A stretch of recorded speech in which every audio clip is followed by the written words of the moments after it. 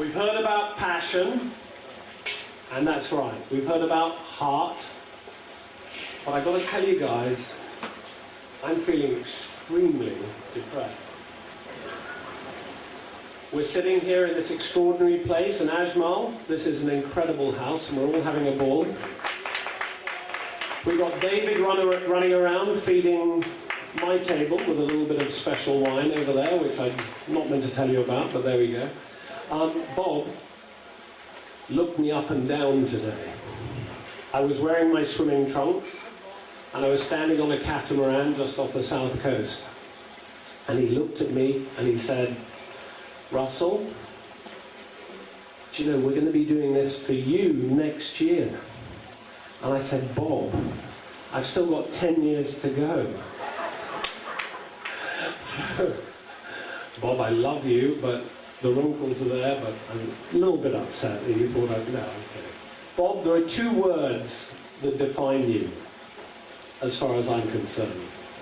And they both end in TY. The first one is punctuality. Because Clara told people you were cheap, and that's so wrong. But my God, you're on time. Bob enjoyed the speeches that his 2 sons stood up here for just a second ago immensely. The pride in his eyes, it was unbelievable. But he kept worrying that they were overshooting the time.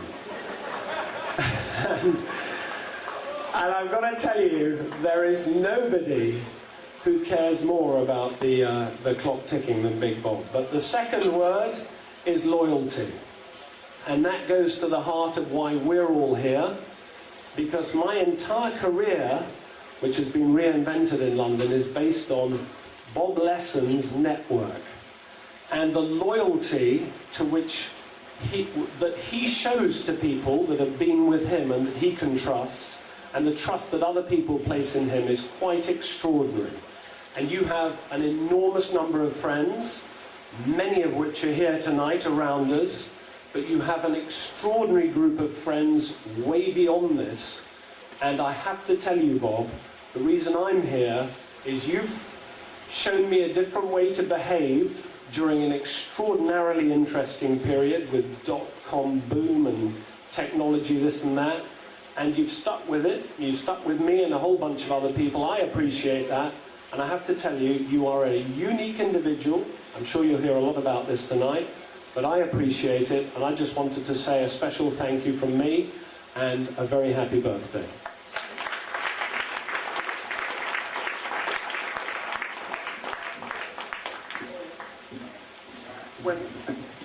Thanks. When I first thought about some words to say about Bob, the first thing that came to my mind was Nancy Reagan, and how Bob has nothing to do with Nancy Reagan. The most miraculous thing about Bob is how he turned what Nancy Reagan is famous for, just say no, with Bob, and I think everybody being here is a testament to the Bobness of can't say no. Everybody, the fact that we're all here, none of us could say no. Bob saying, "I'm having a birthday in Barbados, come," and we all couldn't say no.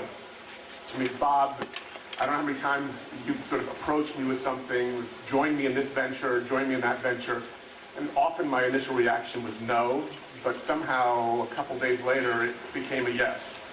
And it is, I mean, it is Bob's brilliance, his charm, his Bobness, something that nobody else I have ever met and probably will ever meet has, that forces you in your gut and his heart, you have to say yes. And I think that I look forward to many more years of initially saying no, knowing that because it's Bob, it'll end up being a yes, and it'll be a happy and successful and heartfelt and loving yes. Thank you, Bob, for not letting us say no.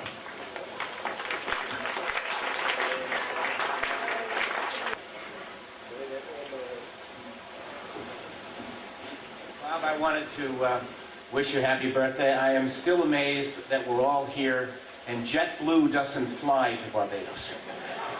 But I just want to tell you that I've enjoyed our friendship and all the things that are being said tonight about your heart. I fully understand and fully embrace, and just a really good guy, and I wanted to wish you happy birthday. And I also wanted to tell you, you have great taste in women. So, happy birthday, Bob.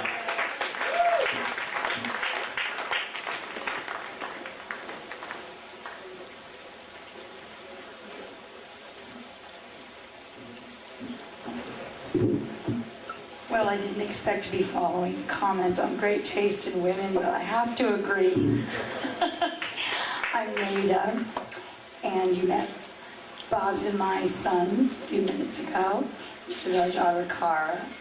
And I just wanted to say, on your 50th birthday, Bob, having passed many, many birthdays with you, I think starting with 21 or 22, kind of mind-boggling, that on your 50th birthday, I would like to thank you, Bob, for the greatest gift that I've ever had in my life, which is our 3 children, Sam, Danny, and Cara.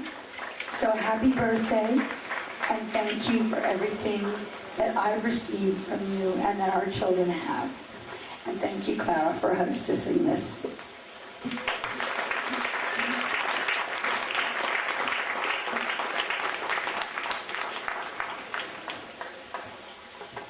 The lights are right up here. Well, I think other than his brother Larry and his parents who are here, I've known Bob the longest, I think, since 1974 when we were in Boston together.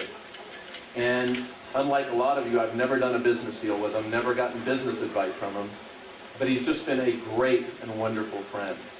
Whether it's been weddings, bar mitzvahs, sometimes sad occasions like funerals, Bob has always been there for me. And some of the things I hear you saying about business, being punctual, being, what do we say, thrifty, I can just tell you he's taught me that. Whether it's when we were younger, trying to go to a Red Sox game, he wouldn't go till the 4th inning because they dropped the price $1 in the bleachers. So we never got to see the first few innings, but we'd make it for the 4th. To dime time, when he would want to ride the transit, but he'd have to wait for certain hours to get dime time, to the time when he was running with Soundview, and I went to pick him up at the airport.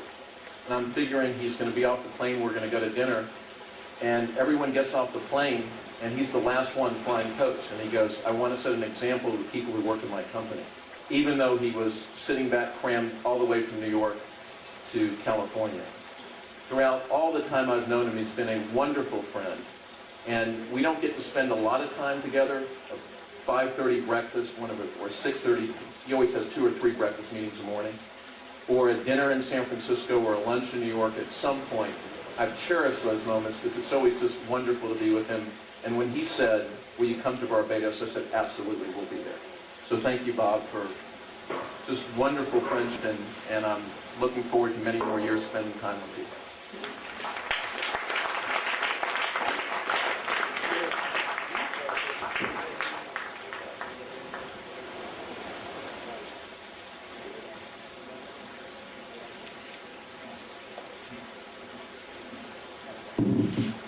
I've got a very unique perspective of Bob, one that most people here do not have. I had the actual pleasure of interviewing Bob for a job. And let me tell you how it goes when you interview Bob for a job. We were talking about our firm possibly combining with Soundview a while ago. And for us, we were very excited because there's this guy, Bob Wesson, who is a legend, who is part of Soundview, who we thought would just be so special for our company. So we organized a special dinner with us and senior management of Soundview. We got there, and everyone was there with the exception of one person, Bob. Well, is Bob coming? No, Bob doesn't think your platform is good enough for him. We're like, what? The whole deal was about Bob. We don't really have anything to talk about. So the whole thing disappeared. About 6 months later, Bob calls me up and says, I'd like to talk to you now. I'm like, okay. He goes, I want to go over for breakfast at 7 on Thursday. I'm like, okay. he comes over to our office at breakfast, and he basically sits down. I'm looking at this guy, and those of you who know me, not many here do, he's the only person who is a worse dresser than I am in business. And I'm looking at him, and he's sitting there scratching his feet and scratching his toes, and his shoes are off, and he's scratching, and he's fumbling around, and he's like scratching things here and there and everywhere. I'm like, what is going on with this guy? And he goes, you know, I think you guys might have something in your company. Okay, I'll join you.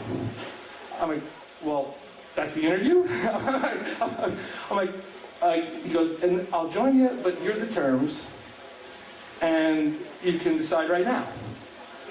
And I'm like, absolutely. It was the best thing we ever did. And Bob, you have made such a special impact on us as a company, but as friendship to me, I mean, I really appreciate everything about you, and I really thank you for interviewing me to come join our company. Thank you.